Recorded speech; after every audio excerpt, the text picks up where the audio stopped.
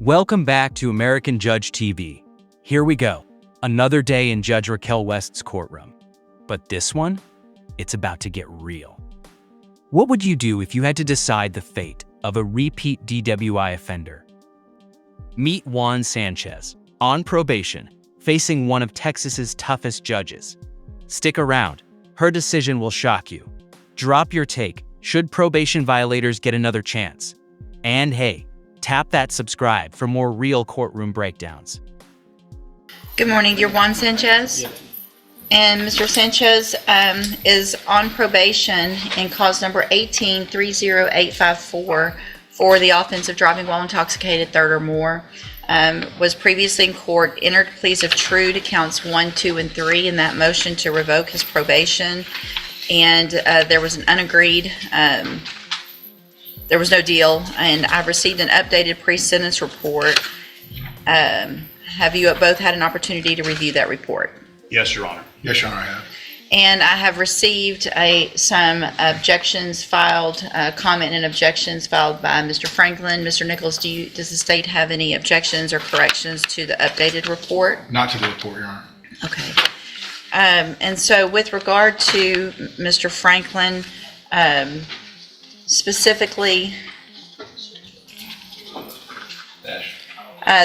with regard to number 1, that comment in there by the probation officer with regard to that it's unlikely that it was the first time, I'm not really going to take that into serious consideration. So that's not something that's going to make a big difference in what I do today or not do. So that one. Interesting.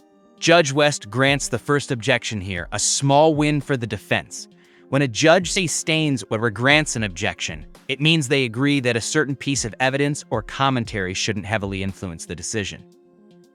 It's like saying, okay, I'll take that off the scales, but in the grand scheme, it might not move the needle much. I guess if it's an objection, that can be granted.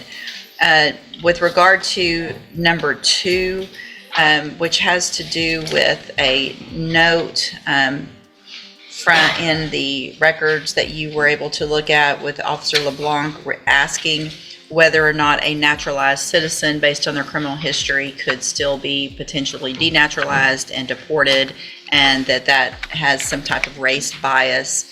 That is also not something that is going to impact my decision, I think, as far as what I'm going to do in the case. I understand your position.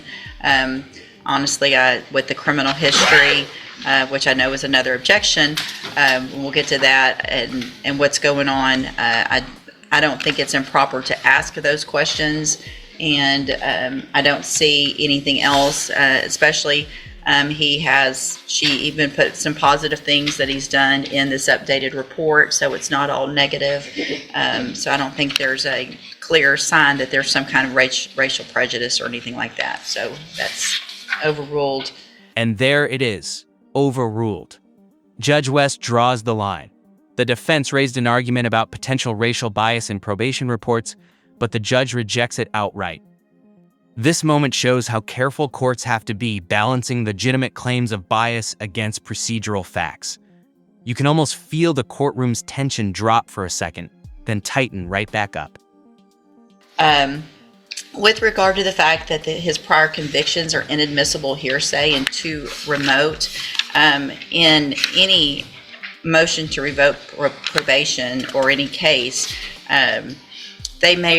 prior offenses could potentially not be admissible for purposes of enhancement or sentencing in front of a jury. But as far as going into, especially when it's a driving while intoxicated, which requires prior offenses to get where we are, I think it is imperative on me to understand the criminal history, understand when those were, understand the remoteness of some of these, but it doesn't take away from the fact that you have to have those prior driving while intoxicated to get where we are now.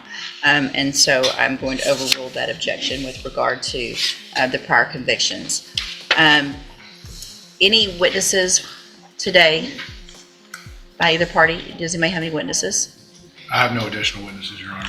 Your Honor, we previously submitted letters of support Yes. And we believe those are in the record, and the court has reviewed those. I just Yes. wanted to note, for purposes of today, that we have filed those. They have been reviewed by the court, and we hope the court has taken those into consideration in considering sentencing as well. I will, and I did, and let me pull them up again just because I think that's been, So specifically, they were not admitted for this purpose. They were admitted for bond. okay, that's right, thank For you. purposes of bond. Okay. However, the letters of support, the same, information in sure. them speak to my client's character and Yes. his support by the community. I see them right here, and I did review them obviously for that, and we'll take them into consideration for this hearing as well. Thank you, Your Honor. Anything else? Those letters of support, they're not just paperwork, they're emotional lifelines. Friends, family, community members writing in to say, he's more than his mistakes. Judges do read them. But will it be enough to outweigh a history of DWIs? That's the emotional tug-of-war we're watching play out. Your Honor, just in response to the analysis of the court's overruling of the objection, we would point out, as noted in the PSR, there is a substantial time in between the prior conviction and the current one for which he's on Sure. probation.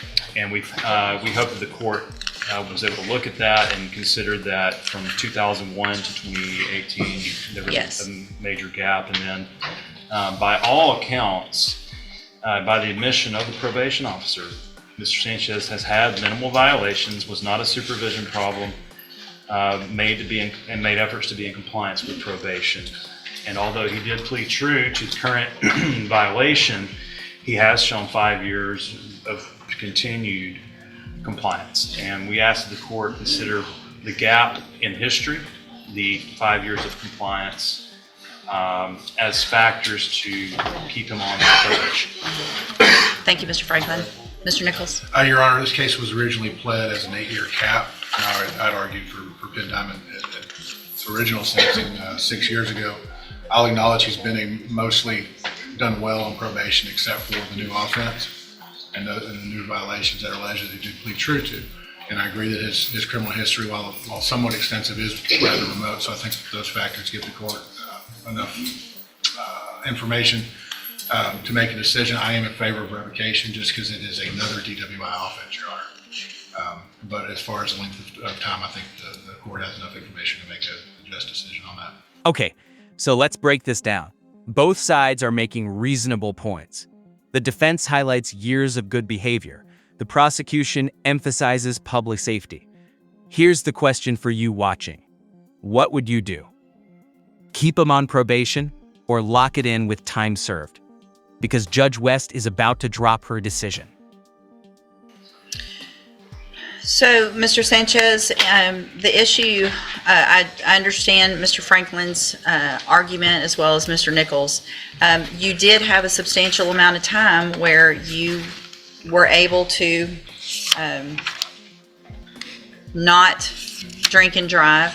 The history is old, but then again, you started it up again, in my opinion. You got this DWI, so you had, there's a couple back in 1995, and then there's one in 2000, and then you had this one in 2018, and now we have another DWI that you have admitted to in another county where you were driving a vehicle without the interlock. Boom. That's the turning point. This isn't a first mistake or even a second. It's a pattern. And Judge West doesn't mince words. We're lucky this is a DWI and not manslaughter. That's not hyperbole. Every DWI case carries the shadow of what could have happened. You can feel the disappointment in her tone. Firm, not cruel, but final. And under the influence. And at this point, I feel like we're all lucky that you have not, that we're here on a DWI, not an intox assault or an intox manslaughter or something like that. At some point, you've got to figure it out. You're on probation for the same offense. So I'm not inclined, and I don't think it's in the best interest of the community for you to remain on probation. I'm going to find that you entered your pleas of true to counts 1, 2, and 3 freely and voluntarily. Find those counts true. Find sufficient evidence to revoke your probation. I am going to take some of the good things that you've done in the length of time into consideration. I had initially marked on this pre-sentence report that I should probably give you the full 10. Mr. Franklin makes some good arguments with regard to the length of time that you went without being in trouble. It looks like you did well with some things on probation, but the main thing, you didn't. And so at this time, I'm going to sentence you to a term of 7 years in the Institutional Division of the Texas Department of Corrections. 7 years. A tough but calculated call.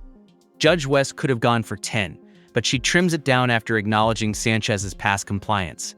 That's the mark of a balanced judge. Not just punishing, but weighing the whole story.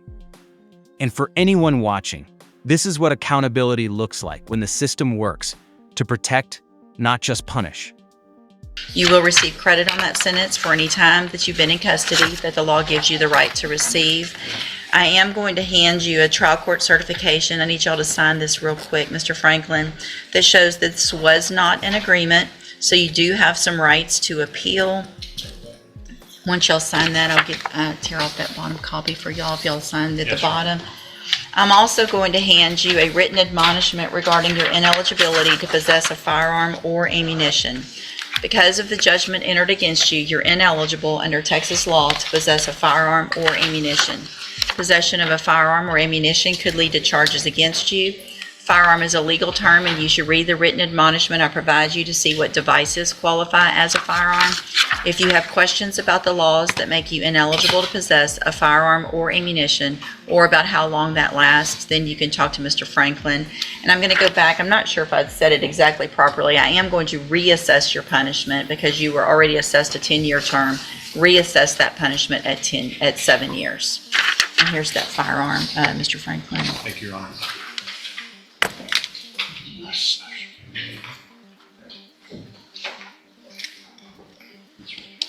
This is just going to go, this is to go in the pile after trial, yeah.